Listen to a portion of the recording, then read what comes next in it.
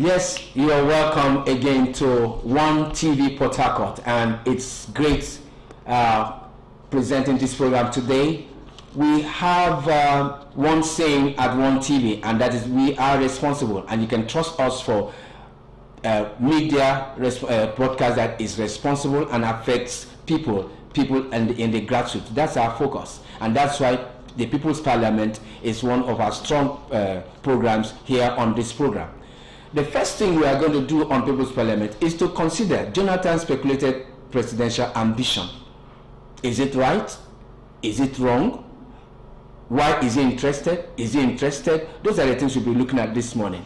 And my guest this morning is Pat Obiene, a public affairs analyst with extensive connections for social mobilization. You are welcome to the program. Thank you, DDS, once again. Straight on, what do you think about the views of that Jonathan is coming, Jonathan is not coming? How did this start, and what is it about?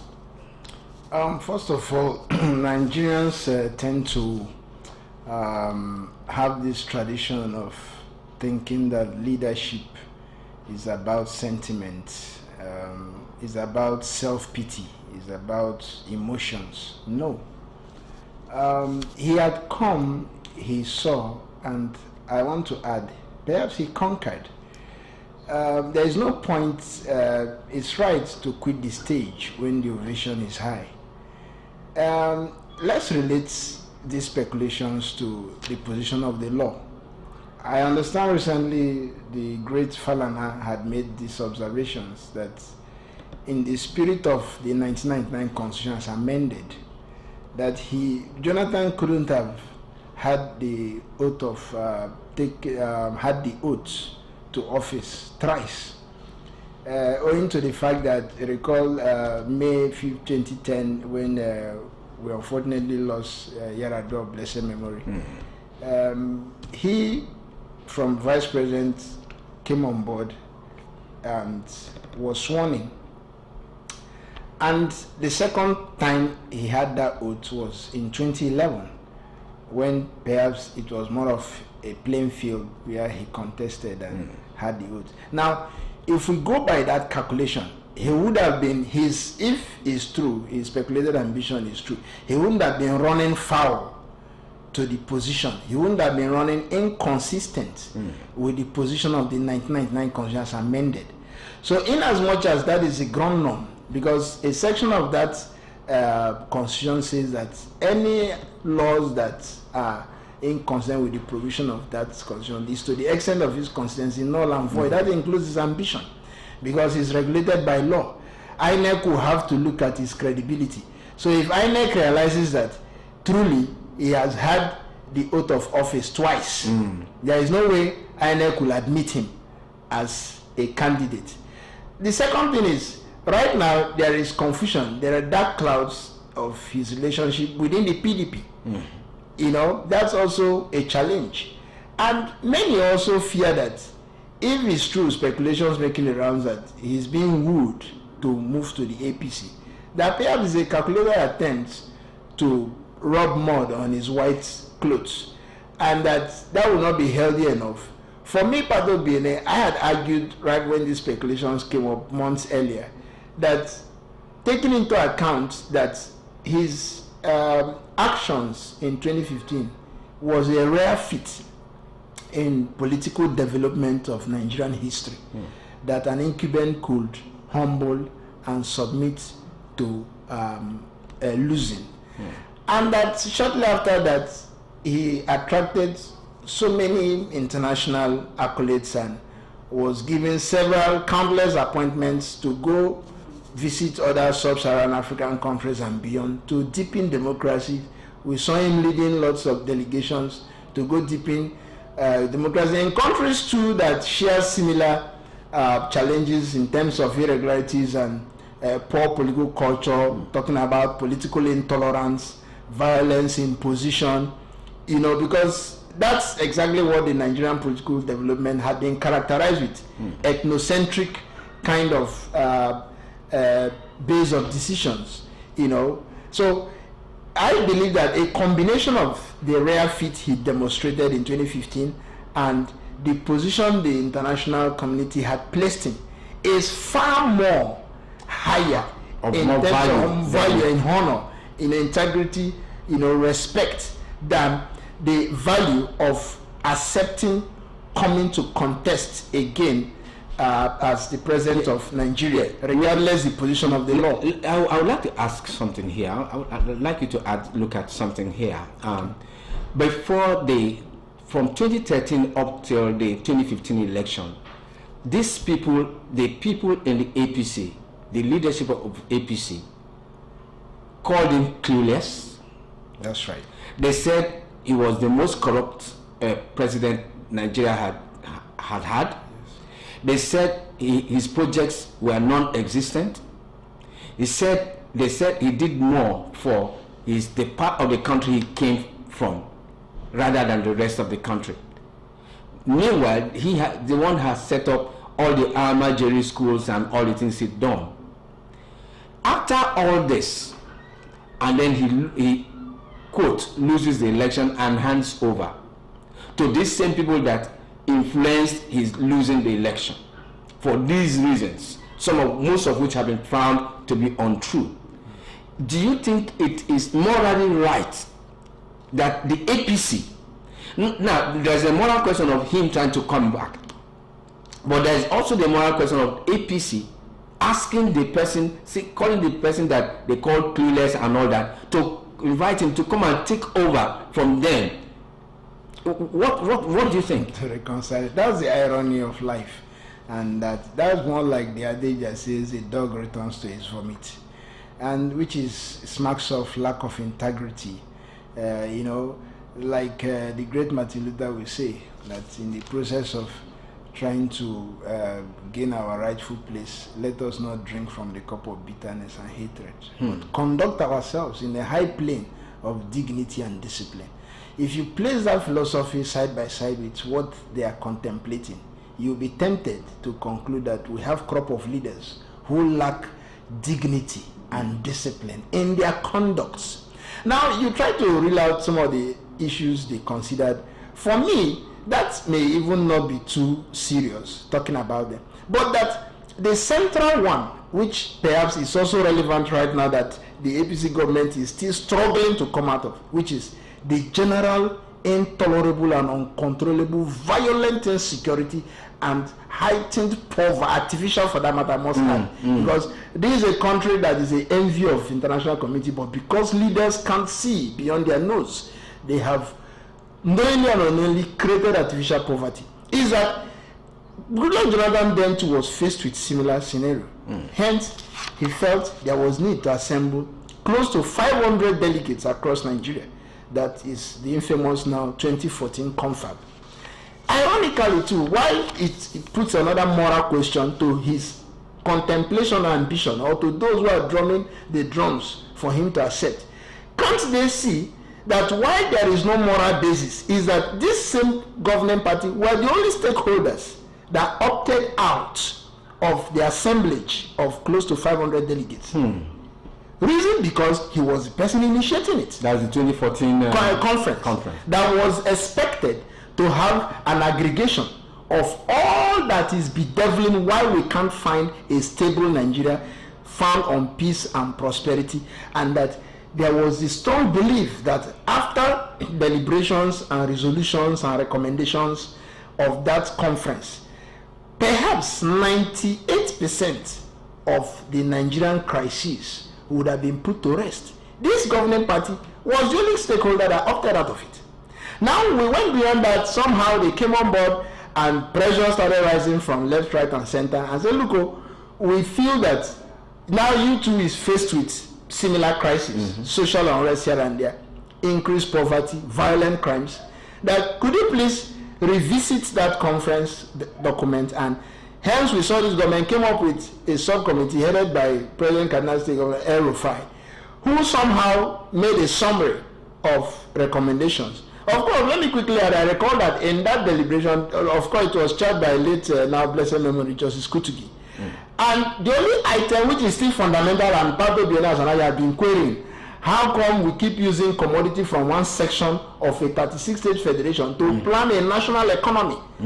It was crude oil that was the only item that was left, and Kudigi suggested in his wisdom that a special committee should be set up to look into that. Until that, nobody questioned the morality for, keeping that at bay. That if that is central, because I keep telling you that all these violent crimes now characterizing ambitions of politicians, if we wake up tomorrow morning and say crude oil will no longer be our major state, you will see many people resign their fate of contesting to be the president. Yes. So the same good luck is alive and saw that this same party he's being moved to command had failed even when A. committee came up with a summary to implement. The next thing we had was, of course, it has two classes of recommendation. One that requires constitutional amendments, and the other level that needs administrative implementation. Now, okay, the debate continued. The next thing President Muhammadu Buhari said, that it can be a one-off thing. It has to be implemented in segments.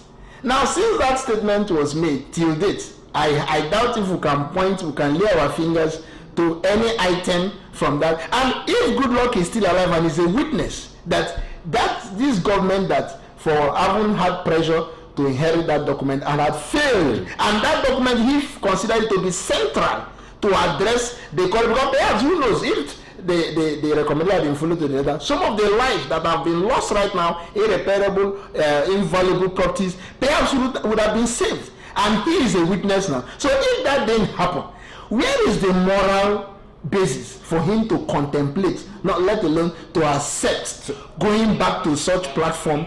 So, in other words, both the APC as president and the man considering to join them have issues. Serious one. Now, serious moral issues. There's a point here. The Punch says, the Punch front page news says, it's talking about plans to sue the president. It said the Igbo Leadership Development Foundation, led by Dr. Lomefo, says his group is going to court to challenge Jonathan should he declare his intention to contest. Again, we also see the report by the members of the House of Representatives also threatening to take the former president to court if he does go ahead with this plan. In a minute before we go take a break, please could you just say something about that? Well, it's not different from what I tried to my earlier summary. It's in line with the law. They are conscious of the position of the law because he has no legal right to contemplate declaring his intention, because he will be running foul of the 99 or in violation of the constitution. So to that extent, they expect that he should lay low because he has no legal, that regardless that he's a Nigerian, is limited. The fact that he has had the oath of office twice, there is a provision in the constitution that you cannot take the oath of office more than twice. So to that extent, he stands nullified to contemplate contesting for the 2020. All right, so he stands nullified already by law. So let's see how these things will play out. You're still watching People's Parliament on OneTV Port Harcourt. We'll take a break now and we'll return to the program.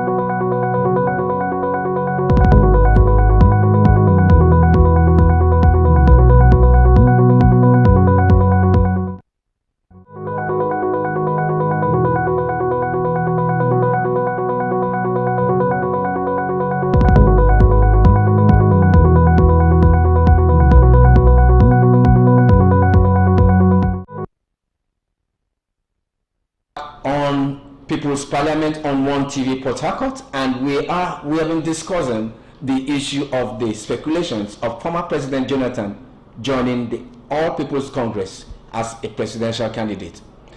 From media reports, it does seem like it's a serious, this possibility is being seriously considered. And our discussant this today, Pat Obiene, has given us legal reasons, moral reasons, and other reasons why Jonathan should not even consider moving to that party. It's your take now, and we'd love to hear from you. As viewers, what do you think? Please send us your comments on our social media handles, and we'll know what to do from there. Of course, it is important for us to lay this fact. It is the people, voters, Nigerians, that matter in who becomes president in 2023. And having listened to some of the issues we've raised here, we don't think 2023 is going to come and happen carelessly, and then we'll go back to the mess that we have been in the last few years. It's with that we'll round up on that topic, and we introduce our second topic, which is the controversy between Bola Ahmed Tinubu and Vice President Yemi Osinbajo. And people are saying that Osinbajo, by aspiring to be a presidential candidate when Tinubu is also a presidential candidate, is an error.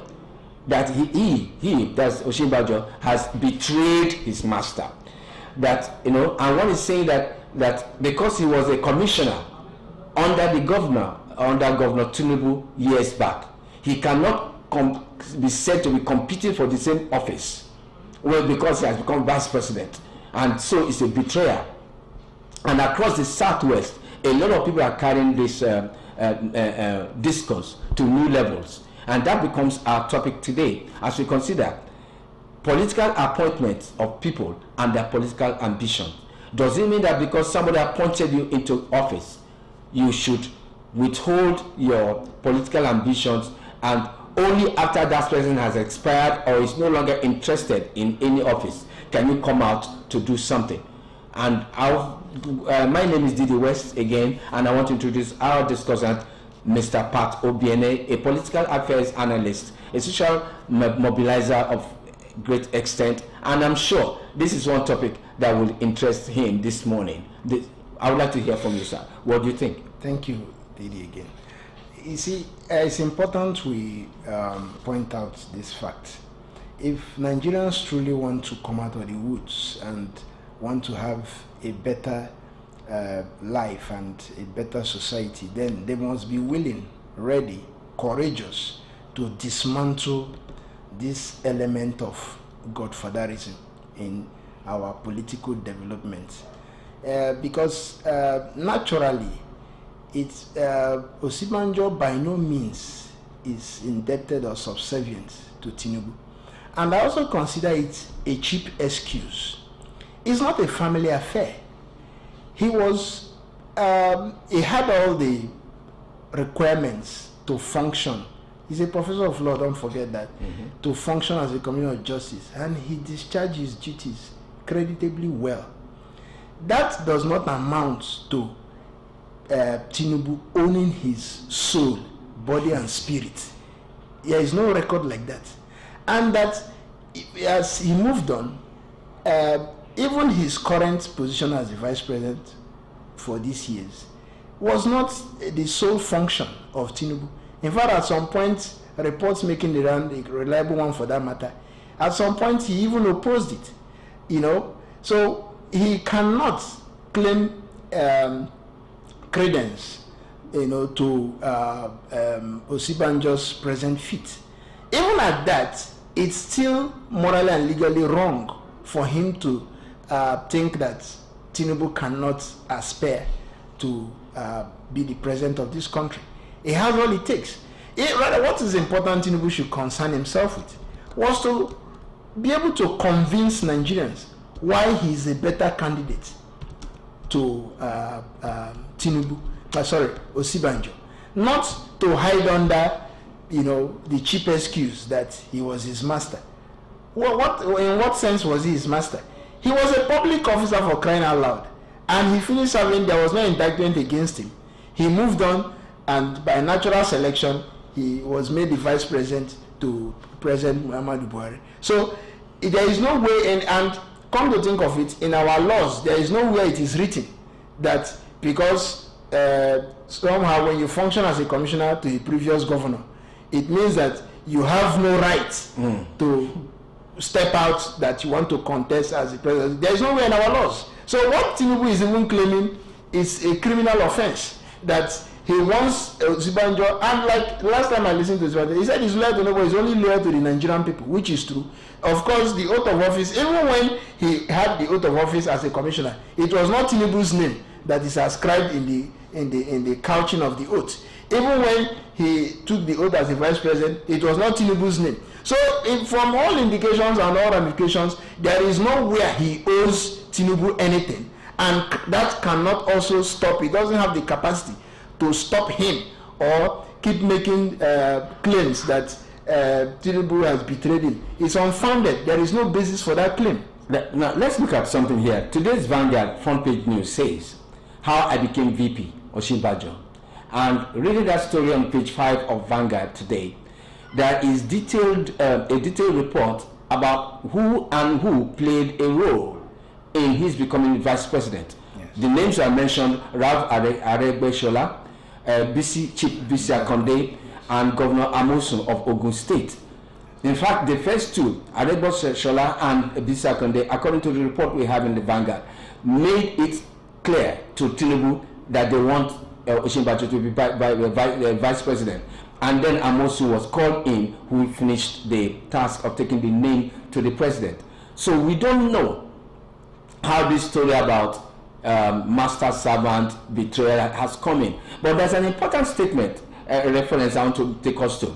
On the 11th day of April 2022, that is a day before then, because this was happened and it was reported the next day. That is, it happened on the 10th of April. Tinubu had this to say: I had no son grown enough to declare, and he was mocking Tinubu. I want you to make a comment on that. He was mocking Osinbajo. I want you to make a comment. But that is self-indicting. Yes, it's self-explanatory. That's the more reason he shouldn't continue to peddle the claims or listen to those who are drumming those unfounded and primitive claims. As long as I'm concerned, it's too primitive.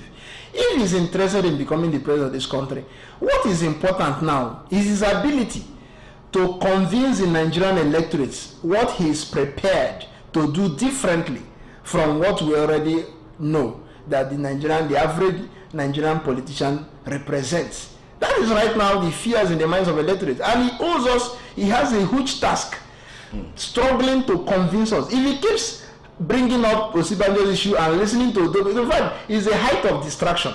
As long as some of us are concerned, Osinbajo as an individual is looked up to. And for one, I am very confident, because look, we can see, we all witnesses when President Muhammadu Buhari had that long medical trip and he held sway as acting president. We saw the worst of enemies in this country were able to live in harmony. We witnessed it in this country. In terms of even demonstration of will, political will, to bring about a balance between organs of government, we saw Osinbajo demonstrated it. Yes, we were talking about when the DSS invaded the National Assembly. We saw how he relieved, because as a professor of law, and of course don't forget, other succeeding democracies all over the world, one of the secret factors is that they are anchored on the rule of law.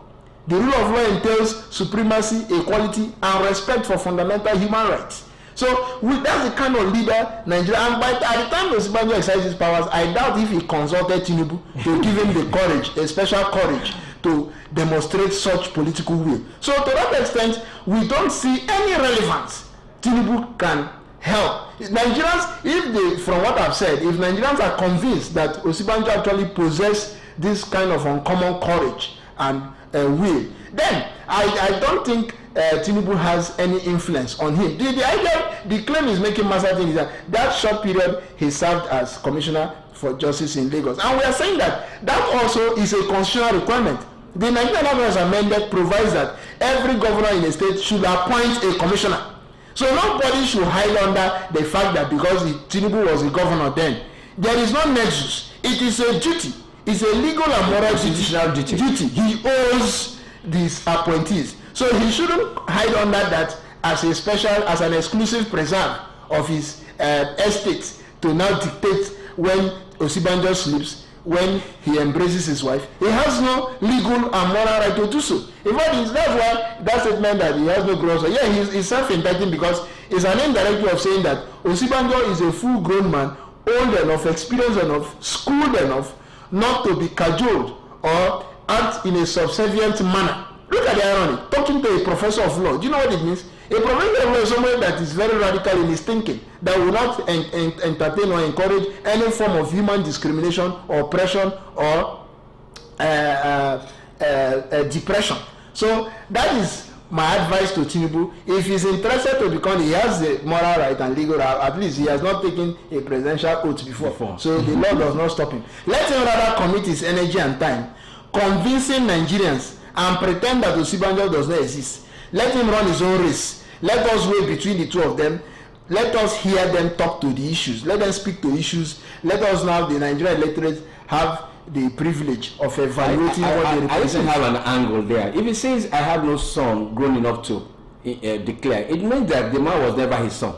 From the beginning. But yeah, from the beginning. That's the point I'm making. There is self-indicting. Yes. It means that he has knocked off as many groups that are trying to plant bitterness and discord in his heart against Osibanjo. They have failed. That is the point he was trying to make. I also want to come up with something. If indeed he nominated Osinbajo to be vice president, does it still give him to call him his no, that because of that the man does not have ambition again?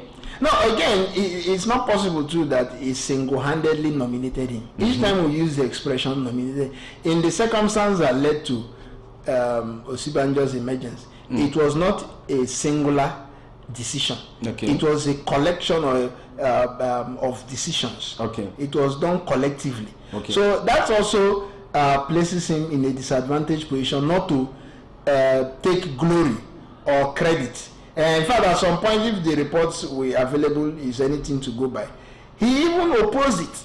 So, in what stead will he claim that he actually, Osibanjo owes him his present feat? You know. So, but in all, what is important to the Nigerian electorate is that Osibanjo is a different individual from Bola Ahmed Tinubu, and as it concerns their ambitions to become the president in a democratic society that accepts electioneering process to become whatever office you want to occupy, it is your ability to convince. It is not the ability to whip up cheap sentiments in your personal relationship with another aspirant that decides or determine how the electorates are going to vote. That is one fundamental mistake Tinubu is making right now. So I would think at this point it is no use continuing, raising dust of how his son or not a biological or political son, or he was his master, or he played a role. As long as the Nigerian electorates are concerned and the Nigerians are yearning for leaders that are ready to do things differently, these things are irrelevant and immaterial. Something comes to my mind. Is this an extension of the godfatherism syndrome? We said so earlier that that's what Nigerians should be willing to dismantle. Because at the end of the day, OneTV is insisting that Nigerians should take over political issues. Nigerians and not the politicians should be the ones that influence what happens. What will you be telling the voters to look out for in 2023? If these things are happening and we are saying they should discontinue, godfatherism should come to an end or have less and less influence, what will you be saying to Nigerians? First of all, the Nigerian electors must, to solve a problem, you must first accept there is a problem. I have observed in my social crusade over considerable years now that is one missing. Nigerians, the average Nigerian tend to stick. I know for close to our 62 years now, the military had a longer years in power. So I'm afraid that the average Nigerian carries on with that mentality of a military government that decisions flow from one man down and one man decides. No, since we have the privilege to return to a democracy, the language is that you must promote and encourage and run with popular participation.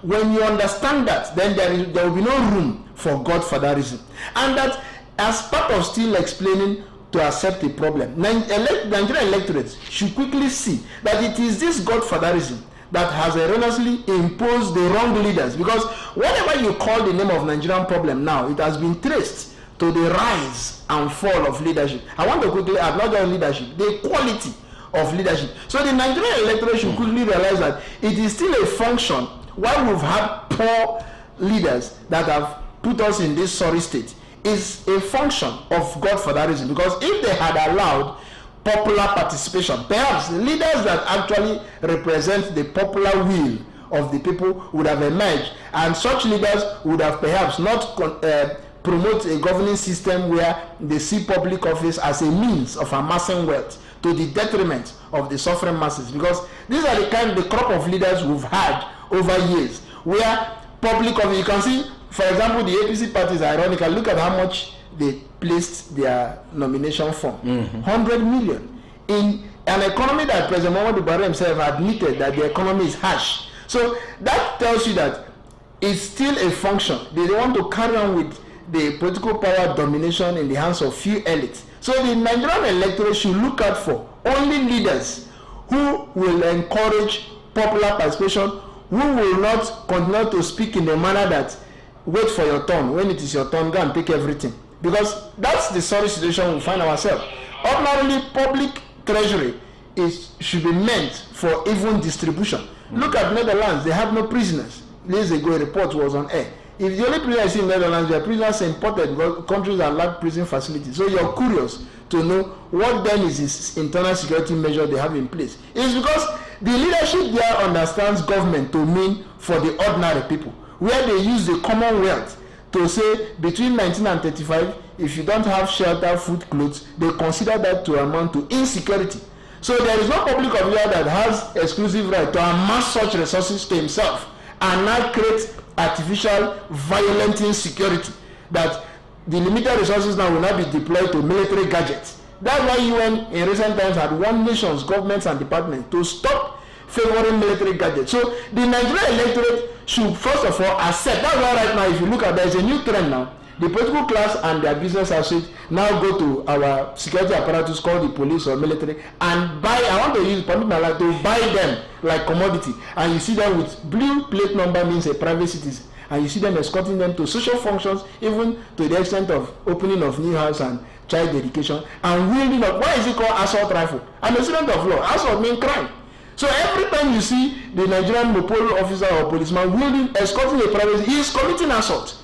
And there is no way in our law books that private citizens that are privileged of 500,000 should go to a DPO, a commissioner of police, and buy 10 police officers for himself alone to the detriment. So Nigerian electorates should look out for this inconsistent, this primitive culture of using government power as to present yourself as a strong man. If you're a strong man, resign from the public treasury and go and use your father's biological wealth and do whatever you want to do. We have no problem with that. But not our common patrimony.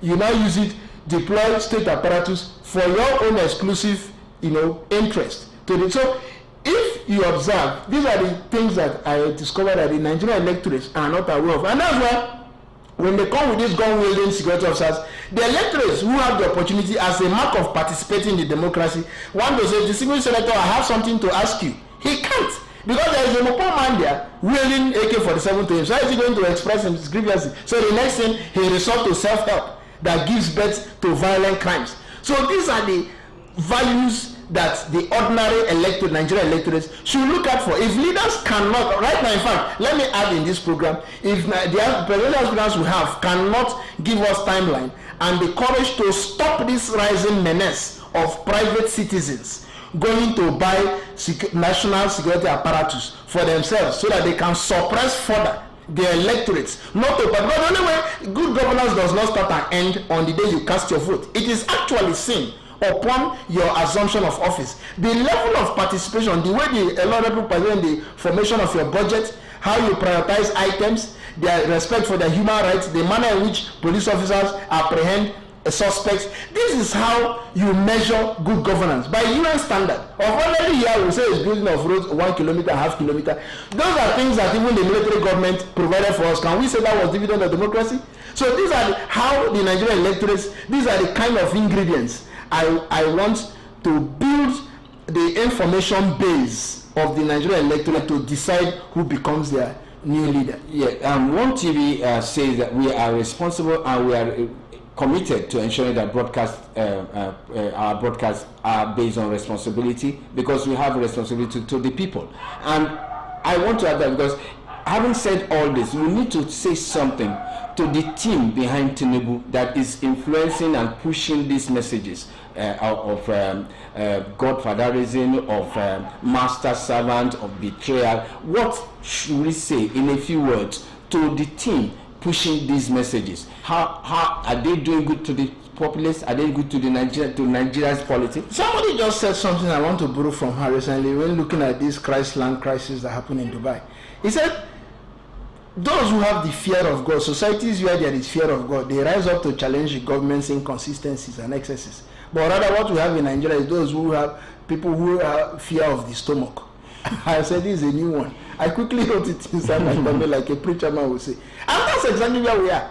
Why would these messages come? It's because this political class have succeeded in making the electorates have what the lady said, fear of the stomach. That is why the promotion of Godfather is continuing. And the also fear of the unknown, that once you disconnect them, it's like the fish. If you take out the fish from the river, of course it can't survive in dry land. So it's like they have no other means of balancing their luxury. It must be when they are privileged to the public treasury. And we are saying that this mentality is primitive, that the Nigerian electorate should be courageous enough, selfless enough to dismantle and reject that kind of reasoning. Because in the first place, we've checked all our law books. There is no one individual's name that is written that upon swearing in as a governor or as a president, the public treasury belongs to your biological father's family. We've checked all the law books of this country. There is nowhere we can find that. So as long as that is the position, no citizen should continue to accept when they come back with our public treasury and now subject you as subservient and make you feel as if you're a conquered slave. That is all about a play of psyche. It's all about a play of superiority of thinking.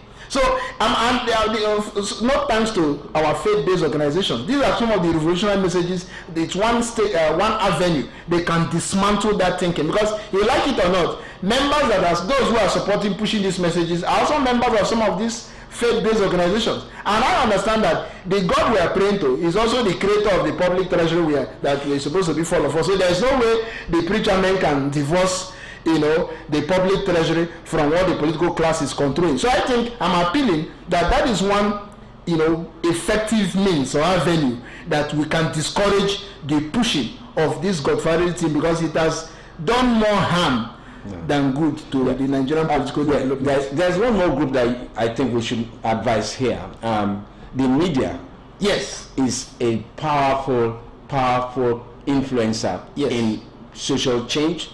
And I personally am convinced that 2023 is make or mar for Nigeria.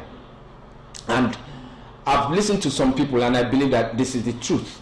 If this is the case, what would you be advising the media? I mean, there are civil society organizations, of course, they have roles to play. There is a National Orientation Agency, it has a role to play. There is INEC, they have a role to play. But this afternoon, we want to look at the media, especially the mainstream media, magazines, newspapers, radio stations. Sorry, what do you think? What do you think they should be doing in this kind of to refer to the media as a critical stakeholder? I have also had my own reservations. In recent times, there are policy somersaults, pronouncements of government that are inconsistent with morality, the law, good conscience, equity, and justice. And I had expected the media as a fulcrum of the estate to run with these things so that the people can be mobilized and sensitized to hold the government accountable. Because it is this failure of the media mobilizing and sensitizing the people. Let me give you a typical example. The president got the said some people were responsible for imposing toxic fear. And that they should go after them. Till date, nobody has been prosecuted. NDDC, only heaven knows the billions, unaccountable trillions since its inception. Resources were committed for forensic and what have you. Where we are now is that a summary had been handed over to the Attorney General of the Federation. These are very germane, relevant public issues that the media should not go to rest. But is it I must confess, it appears why the media is showing cold feet. Most of the proprietors or proprietors of these media houses tend to be an offshoot of the political class. So how dare you shoot your foot? That if you now generate this kind of topics, because one way or the other, they are involved, like somebody would say, they are involved. So the media tend to show this cold feet and say, look, let's not run with this story. This will mobilize people against the people. So it's not that we are saying that we are yearning for media outfits and personnel that can exercise uncommon courage, that will not mind whose horse is God. And for the sake of the next generation, because someone once said that great leaders all over the world are known for thinking of the next generation, not the next election. But in Nigeria, the irony is the case that you have we promoting people who think about only the next election. So if some of the media pressure we have now at all levels, whether media, print, electronics, can, when there are very topical issues that touches the suffering masses, they have no reason. That is what they spiritually, physically, politically, and socially owe the people.